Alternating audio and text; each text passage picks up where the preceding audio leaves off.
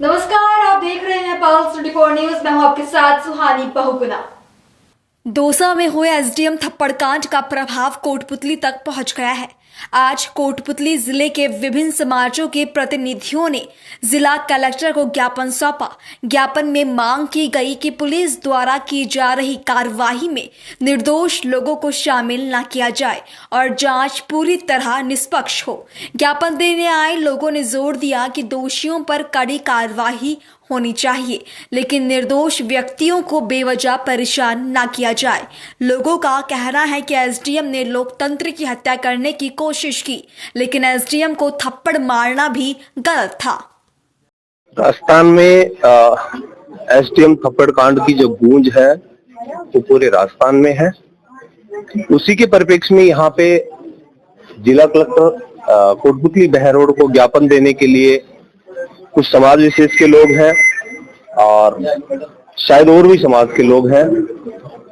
इनसे हम जानना चाहेंगे कि जो डेमोक्रेसी में जो हुआ है इनकी नजर में कहां तक सही है और एसडीएम की नजर में कहां तक सही है। ये समाज के पदाधिकारी हैं दिनेश मीना। आइए हम इनसे बात करते हैं कि आखिरकार इनकी नजर में जो लोकतंत्र में थप्पड़ कांड हुआ है वो कहां तक सही है या जो थप्पड़ कांड किया गया है वो गलत है। राजस्थान विधानसभा के जो उपचुनाव चल रहे थे उसमें देवली उनियारा विधानसभा सीट से हमारे जो भाई है नरेश मीणा वो भी निर्दलीय उम्मीदवार के रूप में चुनाव लड़ रहे थे। उसमें शांतिपूर्ण ढंग से जो चुनाव प्रक्रिया चल रही थी, जानबूझ करके प्रशासन द्वारा, पुलिस प्रशासन द्वारा उसको हराने की साजिश रखते हुए लोकतंत्र की हत्या करने के हिसाब से जब गांव वालों ने बहिष्कार कर रखा था कि जब तक हमारी मांग नहीं सुनी जाएगी समरावता गांव की, कि हमारा गांव तहसील हेडक्वार्टर से 90-95 किलोमीटर है, तो ये देवली से उनियारा लगाया जाए, उसको लेकर के जो उनकी मांग थी कलेक्टर महोदय को उन्होंने जो बुलाने की मांग रखी थी कि कलेक्टर साहिबा यहाँ पे आकर के और हमारी मांग को सुन ले और आश्वस्त करें तो हम एज चुनाव कर सकते हैं, उसको लेकर के ये धरना प्रदर्शन चल रहा था। एसडीएम महोदय अमित चौधरी जी ने जो वहाँ के लोकल स्टाफ था, कर्मचारियों को, बुजुर्गों को, इनको उठा करके जो पुलिस द्वारा मारा गया, पीटा गया, उनके साथ अभद्र व्यवहार किया गया, वो एक बहुत ही अमानवीय घटना है। उसके पूरा समाज और पूरी जनता है जो विरोध करती है। वो जो निर्वाचन अधिकारी है उनका कहना है कि मुझे ऊपर से कॉल था, यानी कि वो सीधा सीधा कहना चाहते हैं कि कलेक्टर से मुझे कहा गया था कि आपको वोट डलवाने हैं, जबकि विरोध था। विरोध हो सकता है, लोकतंत्र विरोध के लिए अधिकार देता है। तो फिर उसके बाद में जो ये निर्णय किया गया कि वोट डलवाने हैं, ये आखिरी निर्णय किसका था? ये आखिरी निर्णय कलेक्टर साहब ने आश्वासन देते हुए कहा। उन्होंने जब एसडीओ साहब ने सोशल मीडिया पे भी कहा कि मैंने ये जबरन वोट डलाने के लिए डीओ साहब से, उन्होंने जब कहा कि जबरदस्ती कर्मचारियों के वोट तो डलवा दो, उसके हिसाब से कहा, तो वो सार्वजनिक रूप से सब लोग देख भी रहे हैं, सुन भी रहे हैं, तो वो गलत ही था। तो कलेक्टर साहिबा ने भी जो किया वो गलत ही किया कि जबरन आप वोट डलाने की कोशिश कर रहे हैं, तो लोकतंत्र के लिए वो ठीक नहीं है। आप काफी युवा गिरफ्तार किए हैं, महिला भी गिरफ्तार हैं, उनमें और भी बुजुर्ग लोग भी हैं जो शामिल थे नहीं थे, वो जांच का विषय है।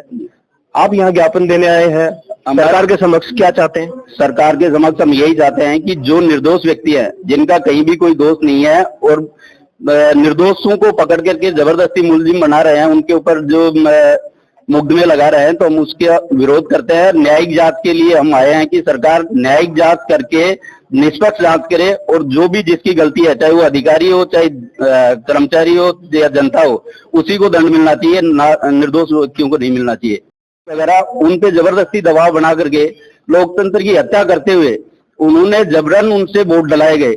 उस चीज की सूचना जब गांव वालों को और उम्मीदवार को मिली तो उन्होंने अंदर जाकर के पूछा, तो आशा सहयोगिनी जो भी चित्रा मीणा या और साथी थे, उन्होंने बताया कि एसडीएम साहब ने, जैसा कि आप लोगों ने भी सोशल मीडिया के माध्यम से सब लोगों ने देखा भी और सुना भी है, कि उनसे जबरदस्ती है जो वोट डालने के लिए बाध्य किया गया। उसको लेकर के जो ये घटना घटित हुई, उसमें मैं जहां तक समझता हूं कि नरेश मीणा ने इस लोकतंत्र की हत्या करने के हिसाब से जब एसडीएम साहब ने जबरदस्ती वोट डलवाए तो उन्होंने इसके लिए जो विरोध किया, तो एसडीएम साहब ने पहले गाली गलौज की बताई, जैसा हम लोगों ने सुना। आपके साथ में जो आप लोग ज्ञापन देने आए हैं, सभी समाज के लोग सभी हैं। समाज के करीब सभी समाज के लोग हैं यहाँ पे, जो सभी समाज के युवा हैं। हमारे अधिकांश मीणा समाज से भी हैं, एससी समुदाय से भी हैं, गुजर समाज में भी, अदर सभी समाज के यहाँ पे युवा इकट्ठे हुए हैं।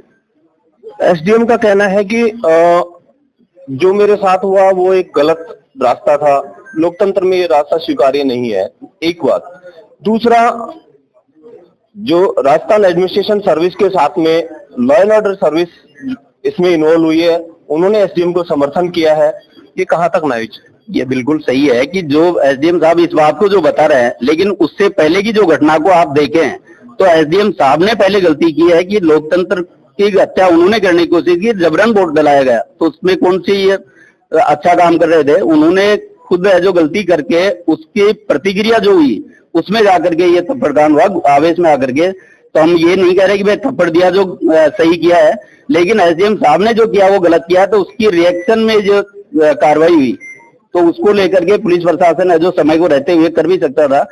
में हम सभी समाज के इकट्ठे होकर के ज्ञापन देने के लिए आए हैं। ये थे हमारे साथ में दिनेश मीणा। इनका कहना है कि दोषी कोई भी हो, इसमें जो दोषी होगा उसकी न्यायिक जांच होनी चाहिए। हम शांतिपूर्वक ये ज्ञापन यहाँ पे दे रहे हैं। न्याय के लिए हम लोकतंत्र में किसी से उम्मीद कर सकते हैं, जिले के अधिकारी के पास में आना इनका अधिकार है। इसके बावजूद अगर कहीं कोई दोषी पाया जाता है, इनका कहना है कि दंडित किया जाए, वो चाहे वो व्यक्ति हो, एसडीएम हो, जांच की जाए।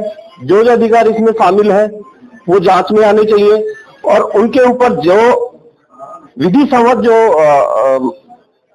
कार्रवाई की जाए, उसके लिए ये अपनी मांग रखने के लिए सभी समाजों के लोग यहाँ पे एकत्रित हुए हैं, विज्ञापन देंगे। इनका कहना है हमें न्याय चाहिए, अगर उसमें कोई भी व्यक्ति है वो किसी भी काडर का हो, सबके समानता का अधिकार है, सब दोषी हैं, न्याय होना चाहिए, मिलना चाहिए। ये यहाँ पे ज्ञापन देने आए लोगों का कहना है। मेरे साथी के साथ में धर्मवीर यादव, कोटपुतली। ऐसी तमाम खबरों के लिए देखते रहे पल्स 24 न्यूज।